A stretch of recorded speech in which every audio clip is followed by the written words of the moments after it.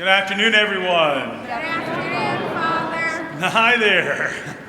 I want to take the opportunity to begin this Sunday to pay attention to the image that is on the altar on that purple cloth, the image on our vestments this weekend. We're going to see a lot of this image for the rest of this year. When I saw this image for the first time, I wanted to say, Pope Francis, who is designing all of your stuff in Rome? 1995 called and it wants its logo back. But this is the image that we have. And so I want to talk about this image for just a moment because it's an image that has been given to us by the church to celebrate this Jubilee year of hope. But it is also a very good image for us to be able to turn to as we begin this season of Lent. The image has four stylized figures, blue and green and yellow and red. And they represent that humanity coming all together as one from all the corners of the earth. The figures are embracing each other to indicate solidarity as one and fraternity, which should unite all peoples. It's a reminder that we're not alone on this journey of faith, that we're all united together. That really hit home this morning. We had a funeral here from the French community from Haiti, and talking about people coming from all over to celebrate this funeral for this woman who was 90, who passed away. And so that really hit home, this whole calling together the four corners of the world, that we're all united no matter where we come from. The figure in the front, the red figure, is holding on to the cross. And that cross is not only a sign of faith in which this lead figure is embracing, but it's also a sign of hope. A hope that can never be abandoned, because we are always in need of hope, especially in our moments of greatest need. There are rough waves underneath the figure, symbolizing the fact that this pilgrim journey that we are on does not always go smoothly in calm waters. Often the circumstances of daily life and events in the wider world require our call to hope. And that's why we pay special attention to the lower part of the cross, which has been elongated and turned into the shape of an anchor as it is being released into the waves. The anchor is a well-known symbol of hope. In maritime language, the anchor of hope refers to the reserve anchor used by vessels involved in emergency maneuvers to stabilize shipping vessels during storms. It is worth noting that this illustrates for us the pilgrim's journey is not an individual undertaking, but rather that is something that is communal, marked by an increasing vitality leading us ever closer to the cross. The cross in the image is by no means static, but dynamic. It bends down toward us, towards humanity, not leaving humanity alone, but stretching out to all of us to offer the certainty of its presence, but also gives us what we need to cling to in the midst of the world in our need for hope. This first Sunday of Lent and the Jubilee year of hope reminds us that we are in a time of reconciliation, of pilgrimage, of forgiveness, and of hope. Our Holy Father in his letter for Lent also reminded us that it is a time for solidarity, justice, and conversion. Pope Francis, even from his hospital room, has invited the people of the world to journey together in hope during this Lent. And he has also asked us to ponder the question whether or not I am willing to change my life. Am I willing to change my life this Lent?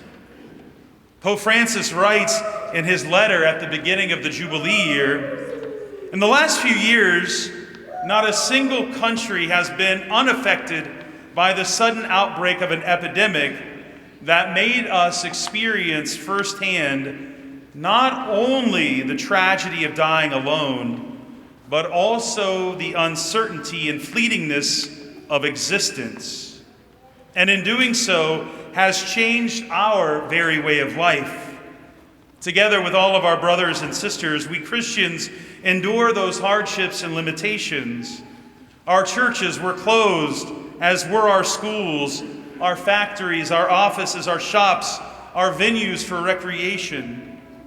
All of us saw in some way or another certain freedoms curtailed, while the pandemic generated feelings not only of grief, but also of doubt and fear and disorientation. And so he says, we must fan the flame of hope that has been given to us to help everyone to gain new strength and a certainty that in looking to the future with an open spirit, we may trust the heart of Jesus himself and have a far-sighted vision for it. The Jubilee year then calls us to contribute greatly to restoring a climate of hope and a trust that is a prelude to the renewal and rebirth that we so urgently desire in our lives. And he says, this is why I have chosen the virtue of hope, so that we may remember that we are pilgrims of hope. This will indeed be the case if we are capable of recovering a sense of universal fraternity and refuse to turn a blind eye to the tragedy of rampant poverty that prevents millions of men, women, and children from living in a manner worthy of their human dignity. He says, may the voices of the poor be heard throughout this time of Jubilee, which is meant to restore access to the fruits of the earth to everyone. The spiritual dimension of Jubilee, which calls for conversion, should be an embrace of these fundamental aspects of our life and society as a part of our coherent whole. It's a realization that we are on a pilgrimage, pilgrims on this earth, which the Lord has charged us to till and to keep. And may we never fail, he says, in the course of our sojourn, to contemplate the beauty of creation. Why then do we need conversion? Why do we need the change for direction in our lives? I don't think it's hard for us to see the need and the reason why when we turn on our nightly news to see the wonders and realities and tragedies that we are capable of as a human race.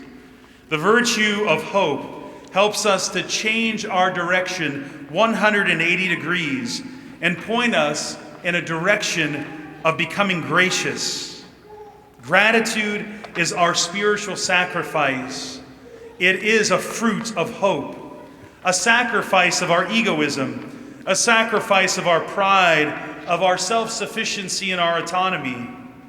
Our total submission to the one true God is the spiritual essence of our religion, and gratitude is the foundation of our worship.